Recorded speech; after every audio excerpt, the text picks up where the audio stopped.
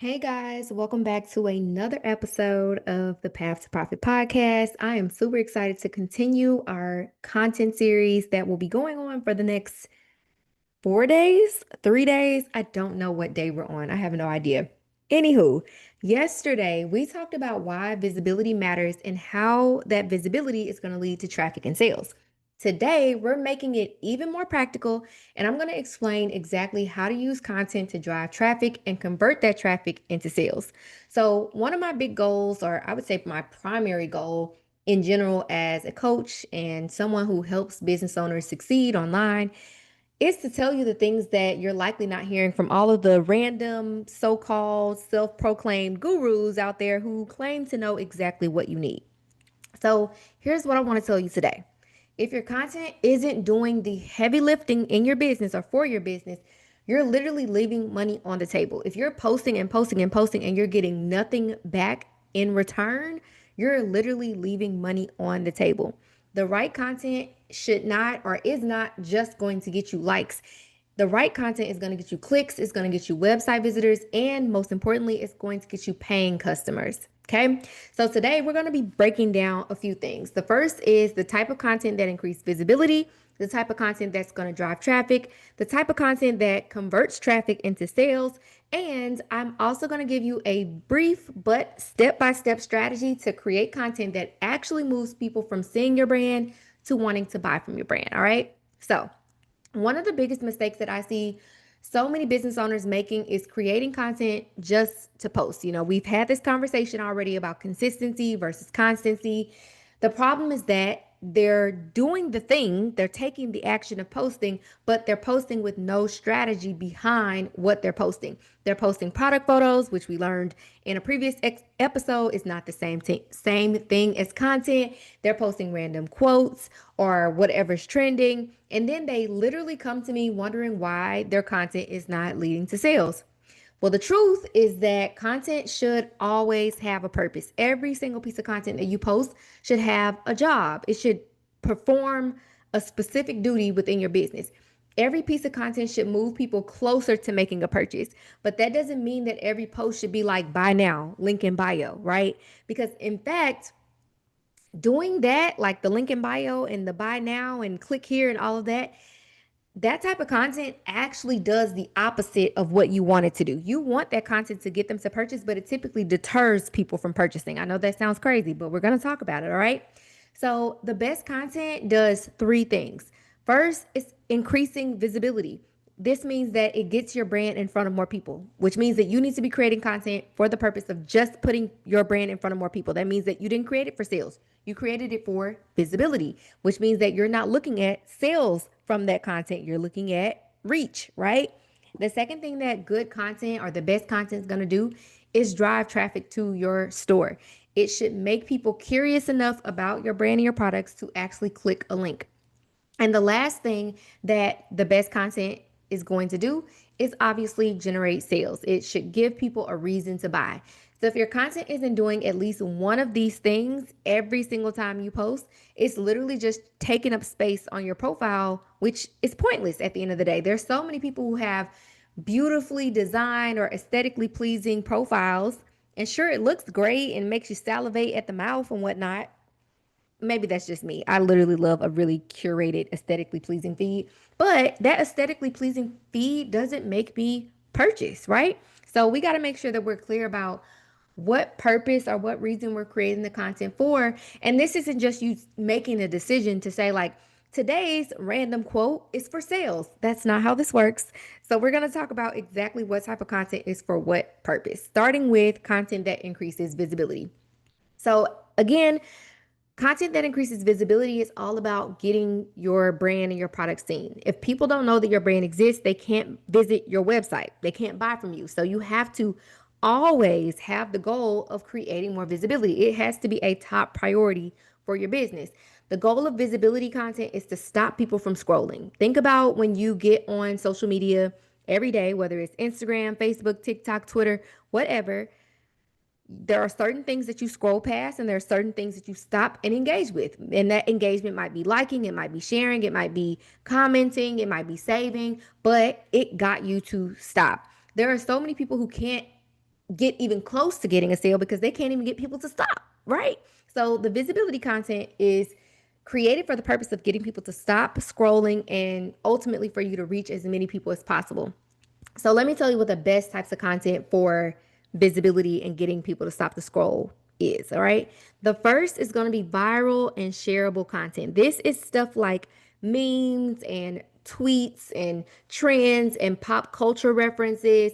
All of this is the type of content that typically gets reshared and helps you to expand your reach. So, for example, there are certain types of content that I post every single year on autopilot because I know that it's going to increase my visibility. For example, during the Super Bowl, every single year does not, I don't even watch the Super Bowl. Let's start there. I don't even watch the Super Bowl. I don't understand football at all. But what I do know is that a bunch of memes typically come as a result of Super Bowl commercials and also the Super Bowl performance. So I know for a fact that every February I'm going to be creating some Super Bowl content for the purpose of visibility. Point blank, period. I don't expect a single sale from that content. Another example of visibility content would be short form videos, your TikToks, your Reels, YouTube Shorts. I don't know if anybody uses them, but I highly recommend. These are the types of content that are the platforms, let's say that, typically will push your content to new audiences based off of people's search intent. So typically it's, that they search something when we're talking YouTube, for example. I don't know if you guys do this, but I go to TikTok and I search for the things that I'm looking for. I don't personally scroll the feed very much. So you definitely want to be creating some short form video content because that can help to create visibility for your brand. Another example is going to be educational posts or like posts that are like, did you know? Like you're teaching somebody something, right? Sometimes it is okay. I won't even say sometimes. A lot of times it's going to be extremely valuable for you to share valuable information with people, things that they may not have known or things that help them out in some way. So this is typically going to be like quick, digestible facts that position you as an expert. And this isn't to say that this is something like, that makes you super nerdy. Like I think about how there are so many brands or creators that create content around like how to style stuff. They create series on how to style or restyle things that are in your closet, right? Those are things that are educational at the end of the day. So again, it may not make me buy something immediately, but it may make me follow you. It may make me like this or share this with somebody who also needs to see the content, right? And then another example of visibility content is going to be user generated content, also known as UGC.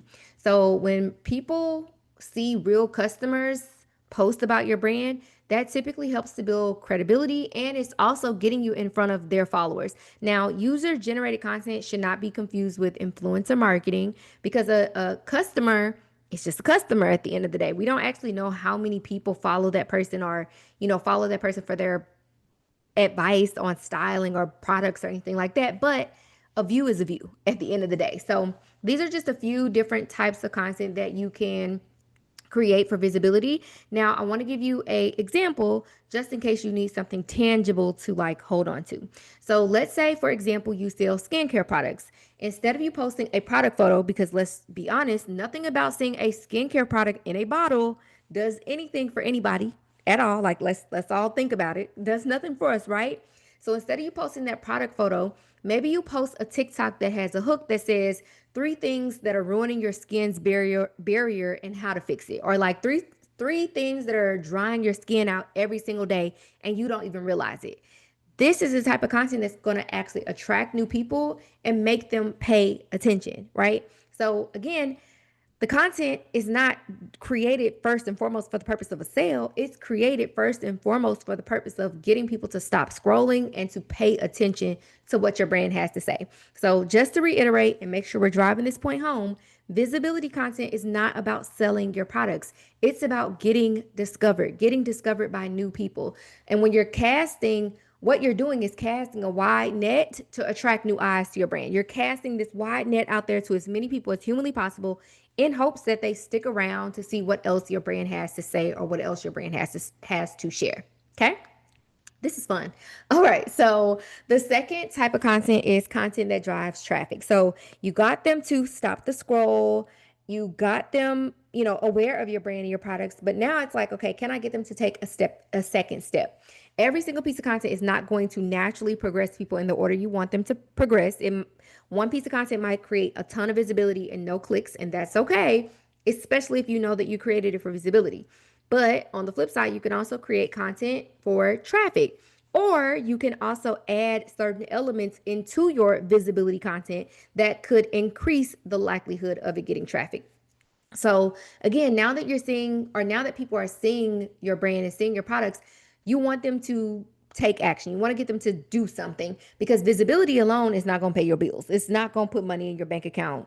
Traffic is going to get you closer to getting money in your bank account. So here are some of the best types of traffic driving content or elements that you can add to your content to enhance or increase the likelihood of you getting traffic. The first is a major one that shouldn't have to be said, but I have to say it because I see so much content that lacks this thing, and that is calls to action. If you've ever seen or heard somebody talk about CTAs, that stands for calls to action. You're basically telling people what action you want them to take. So you have to tell them what you want them to do next. You cannot assume that they're just going to see it, like it, want it, buy it. You have to tell them exactly what you want them to do next. So if you want them to comment, if you want them to share, if you want them to save, if you want them to click, you have to tell them what you want them to do. This is where you want to say, click the link in my bio, or swipe right to read the rest, or to read more, or something along those lines. You want it to be a simple explanation of exactly what you want them to do. And it should not be a bunch of steps. Like, don't tell them, click the link in my bio, open our link tree, scroll down to the very bottom to section 4 of our link tree, and then click link number 3. And then once you're on the page, click the menu on the navigation, and then click on all products, and then scroll to page 5, and you'll find the product there. No. All right. So you want to make sure that you're making this process simple, and also the explanation of what to do simple as well. Another example is going to be behind the scenes and storytelling content. So when you take people inside of your business, they feel more connected to it. At the end of the day, they feel more of a sense of trust in who your brand, or who you are, what your brand is, and what you say that your brand is good at, or what you say is most valuable or true about your business. So show people what's going on, take them behind the scenes, tell them a story of how you got here, or how you made this decision, or how this moment occurred, whatever.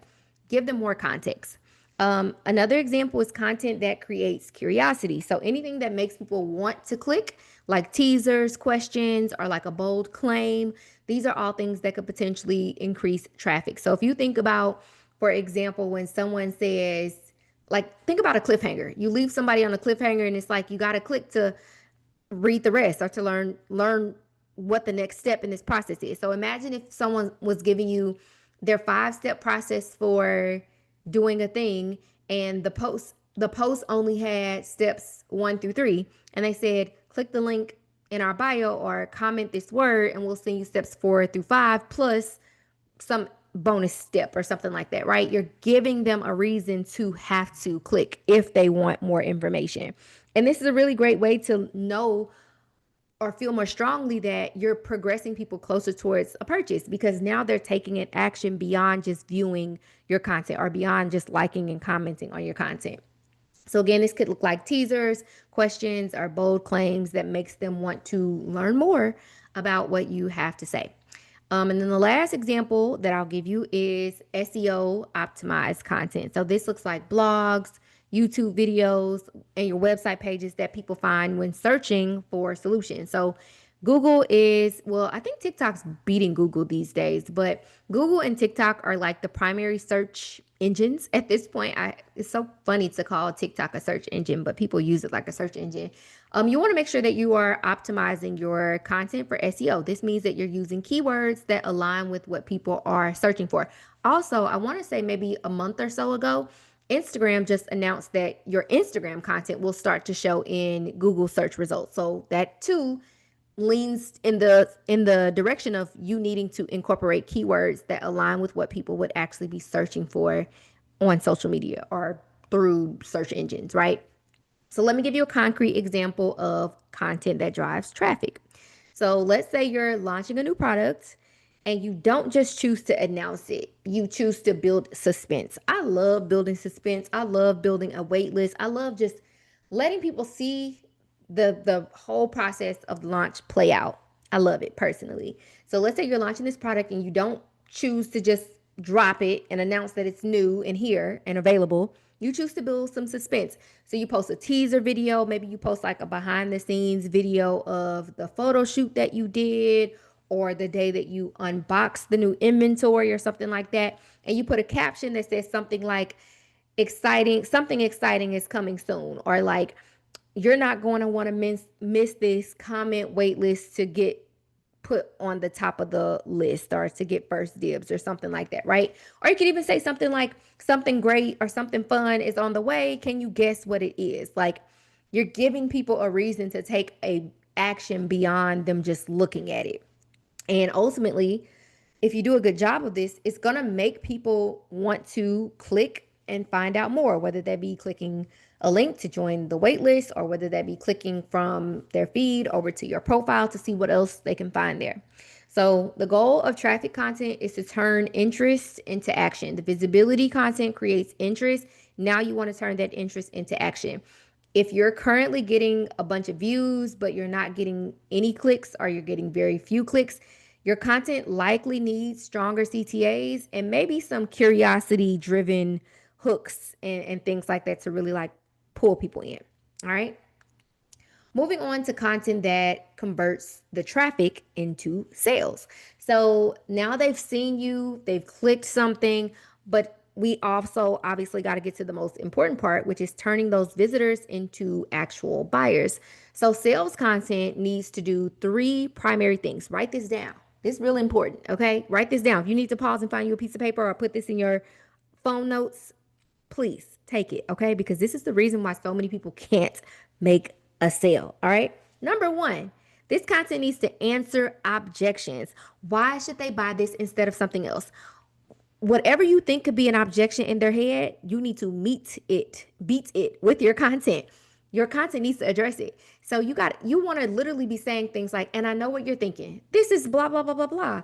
Or maybe you're thinking, I already have one of these. Well, here's why you need it. Like you need to be thinking ahead, thinking for the person and using your content to answer their objections before they even say them out loud. The second thing is building trust. Why should they trust you? So you might be like, what does it look like to create trust or build trust? We're going to talk about it in just a second, but you got to make sure that the content for sales is building trust. And the last thing is, in my opinion, it needs to create either urgency or scarcity. And I am not a fan of fake urgency or fake scarcity. I know that there's a lot of people who have those little buttons or pop-ups on the website that's like Brittany in Nebraska just bought a whatever thing and she spent $175 and there was no Brittany in Nebraska who spent $175. It's fake. I hate it personally. I love real urgency and real scarcity. Basically, you want to help them to understand why they should buy now. So let's talk about the best types of conversion content. First is going to be demonstrations and tutorials.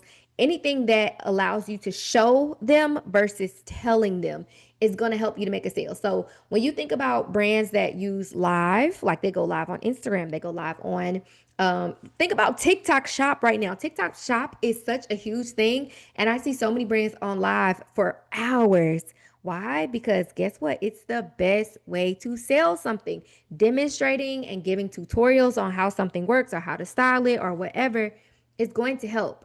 So let them see how the product works. Let them see how that product could fit into their existing wardrobe or whatever. The second is testimonials and social proof. This is how you're going to build trust with people. So you want to leverage your customer reviews, any before and afters, especially if you sell something like skincare, hair care, all those good things. And just screenshots of happy buyers. Like even if it's just a text message of somebody saying, oh my God, I loved my last purchase. I got so many compliments. Like even if it's your sister, your mom, your aunt, your grandma, whoever, if they sent you a text and said, girl, I got so many compliments at work today, that's social proof. Use it to your advantage. The next thing is scarcity and urgency, which we just mentioned. Again, we don't want to fake this. We want to use realness. So if you only have 3 left in stock, tell them that you only have 3 left in stock. Even if you only started with 6, I know that as boutique owners, we typically start with 6 of everything. It comes in, 2 smalls, 2 mediums, 2 larges. Guess what? The number 6 seems small to you and it seems even smaller to the consumer.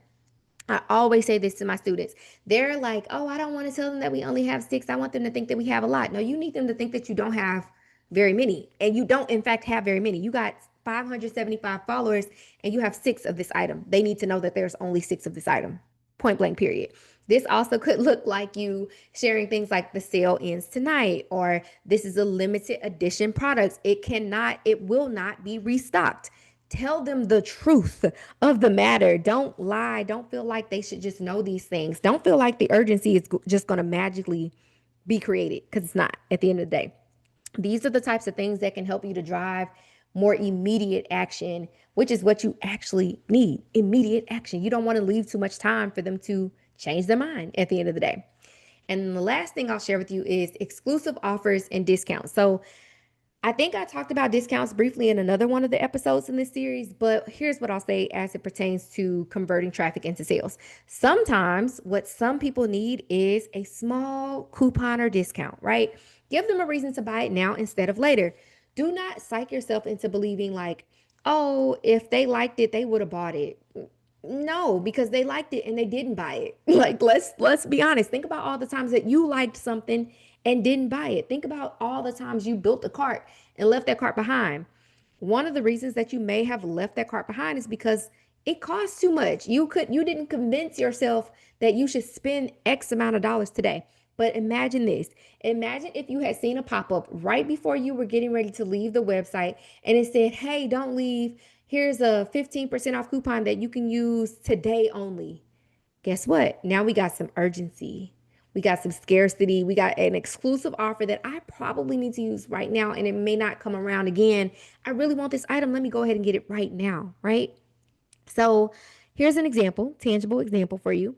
So instead of saying something like new hoodie available now, maybe you could post a video of someone putting it on, reacting to how soft it is. Maybe they put the hood up over their head. Maybe they roll the sleeves up. Maybe they turn around so you can see what the back looks like. Something, right? And then you say something like, this is the coziest hoodie I've ever worn. If you love comfy clothes, you need this one. And then you take it a step further and you say, only a few left or only three left. Grab yours before they sell out. Or like, this is a limited edition item. It will not be restocked. Once it's gone, it's gone. Grab yours before it sells out. We hit various touch points here in getting someone to make a purchase. So again, people don't buy because you tell them to buy. Like that's not how this works. Because if it did, we would own a lot of stuff. We would own a lot of stuff, right? People actually buy because you make them want it. You make them feel like they need or want, or you increase their desire and make them want it more, or you make them feel like they need that thing. Your job I always say you're the marketer in your business until you get to hire a marketing team or someone to help you with marketing. Your job as the marketer in your business is to create desire and remove doubt. Because generally speaking, that is why people don't buy. They don't buy because they don't have a high enough level of desire, and or they're doubting that they should buy it. They're doubting that they need it. They're doubting that you're a trustworthy business. So your job is to alleviate that at the end of the day. All right. So let's look at or talk about this full content strategy in action. All right. So now that you know the three types of content, I want us to try to put it all together into a simplified strategy that hopefully you can implement into your business. All right. So we're going to start from the top, obviously, with visibility. And what I really want you to do is, if you have the capability to do so, pull out a piece of paper and draw a triangle upside down. Guess what that's called? A funnel. Your content needs a funnel, and these three types of content fit into that content funnel. At the top of your content funnel is content for visibility. Remember, we're using visibility content to cast a wide net, to reach as many people as humanly possible. Now, if you know anything about funnels, you know that that funnel, or the number of people in that funnel, gets smaller and smaller and smaller as you reach the bottom of the funnel, right? So the visibility content at the top is for reaching new people. So if we're thinking about this from the context of how much content do I need for each of these? You need the bulk of your content to be for visibility because you need to fill your funnel constantly with new people. So if you're a person who's wondering how many times should I post and how many emails should I send and how many ads should I run and all that good stuff, as many as humanly possible. That is the answer. And I don't care what anybody else tells you. I always use Fashion Nova as an example here. Those people post on average 2 times an hour for like 18 hours straight every single day. I don't know if it has changed, but for the last couple years, it has been 2 times an hour for like 18 hours straight every single day. And they repurpose content all the time. This is not me saying that you need to post 2 times an hour, 18 hours straight, but this is me saying that you likely need to post more content than you're already posting. You likely need to run more ads than you're already running because you need more content and more touch points for visibility. So let's talk about the types of content and just on your piece of paper, if you have it in front of you, fill the top of your funnel, your top of your upside down triangle with the type of content that needs to go there. So this is going to be the educational, viral, trending, shareable content, the memes, the tweets, all the random, not random, it still needs to be in alignment with your brand, obviously, but like these are the things that would widely attract a ton of people. Short form video, anything that you feel like would expand or increase exposure for your brand should be in the top of your content funnel for the purpose of visibility. Moving to the second stage of your funnel, I don't think I mentioned, but divide that triangle into 3 sections. The second section is going to be your traffic content. This is the content that's for driving clicks and increasing engagement. So this is where you want to make sure that you clarify what your calls to actions are going to be to encourage people to click, to follow, to sign up. All of those are valuable steps that someone could take to indicate to you that they're moving closer to potentially purchasing from your brand. You want to use curiosity driven hooks, more storytelling behind the scenes, things of that nature to potentially help you get the traffic that you need. And then the very bottom of your funnel, which as you can see is the smallest portion of your funnel, is your sales content. This is the least amount of your content. And I know you're like, why would that be the case? Because remember, if your visibility content does a good job of driving traffic, traffic is going to turn into sales at the end of the day. You don't actually need as much sales content because you have tons of visibility content, tons of content that's building trust and awareness and getting people to that website at the end of the day. So this is going to be the content that you use to convert those interested people into buyers. So you want to show product demonstrations, testimonials, urgency driven offers, the scarcity and all that good stuff, discounts, limited time promotions. All of those things are going to help you to push action. The bulk of your content should not be sales related content. The bulk of your content should be visibility content, point blank, period. So if you balance all three, the visibility content, the traffic content, the sales content, your content won't just get views. It's actually going to be content that drives real sales at this point. Exciting stuff, right? All right, so let's recap what we've talked about in this episode. First things first, visibility content gets you discovered. Traffic content turns attention into action. Sales content converts interest into purchases. And the best content strategy is going to include all three of these types of content, not just one type of this content. So if your content isn't leading to sales, the question that you want to ask yourself is, am I only posting product photos? Am I forgetting to engage with my audience? Do I have strong calls to actions?